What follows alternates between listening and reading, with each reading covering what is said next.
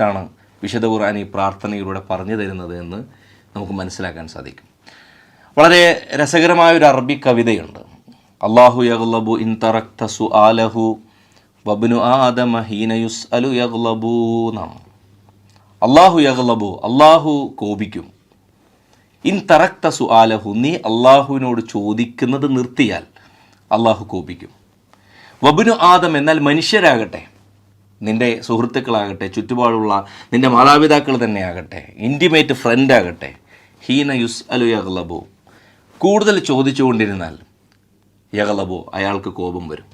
അതായത് അള്ളാഹുവും മനുഷ്യരും, പടപ്പും പടച്ചവനും തമ്മിലുള്ള വ്യത്യാസം എന്താണ് എന്ന് കാണിച്ചു തരുന്ന ഒരു കവിതയാണ്. അള്ളാഹുവിനോട് നിങ്ങൾ ചോദിച്ചില്ലെങ്കിൽ അള്ളാഹുവിന് കോപമാണ്. എന്നാൽ മനുഷ്യരോടാകട്ടെ നിങ്ങൾ ചോദിച്ച് കൂടെ ആവശ്യങ്ങൾ ചോദിച്ചു കൊണ്ടിരുന്നാൽ, മനുഷ്യർക്ക് ഏറ്റവും അടുത്ത സുഹൃത്തുക്കളാണെങ്കിൽ പോലും ആവശ്യങ്ങൾ കൂടെ ചോദിച്ചാൽ അവർക്ക് കോപം വന്ന് തുടങ്ങുമെന്നാണ്. അതായത് അള്ളാഹുവിനോട് ചോദിക്കുക, അള്ളാഹുവിനോട് പറയുക, അള്ളാഹുവിനോട് ഇരക്കുക എന്നുള്ളത്, ദുആ ഇരക്കുക എന്നുള്ളത് ഒരു ശീലമായി തന്നെ പഠിപ്പിക്കുന്ന ദർശനമാണ് ഇസ്ലാം.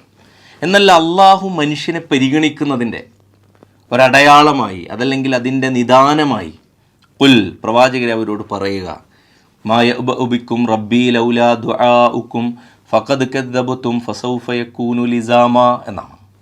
നിങ്ങളെ അള്ളാഹു പരിഗണിക്കുന്നതിൻ്റെ തന്നെ കാരണം എന്താണ്? അള്ളാഹുവിനോട് നിങ്ങൾ ചോദിക്കുന്നു എന്നുള്ളതാണ്. അള്ളാഹുവിനോട് നിങ്ങൾ ആവശ്യക്കാരാണ് എന്നുള്ളതാണ്. നിങ്ങൾ ദരിദ്രരാണ് എന്നുള്ളതാണ്. ഭൗതികമായ സാധന സാമഗ്രികൾ കയ്യിലുണ്ട് എന്നുള്ളത് കൊണ്ട് നിങ്ങൾ സമ്പന്നരാകുന്നില്ല. അള്ളാഹു സുബ്ഹാനഹു വ തആല പറയുന്നത് അൻതുമുൽ ഫുഖറാഉ ഇലല്ലാഹ്, അൻതുമുൽ ഫുഖറാ, നിങ്ങൾ അള്ളാഹുവിലേക്ക്, അൽ ഫുഖറാ, നിങ്ങളെല്ലാം ഫക്കീറുകളാണ്. വല്ലാഹു വൽ ഗനി, അള്ളാഹുവാണ് സമ്പന്നൻ. അതായത് സർവൈശ്വര്യം ഉള്ള, പ്രതാപമുള്ള ഒരിടത്തിലേക്ക് നിങ്ങൾ ചോദിച്ചു കൊണ്ടിരിക്കുക.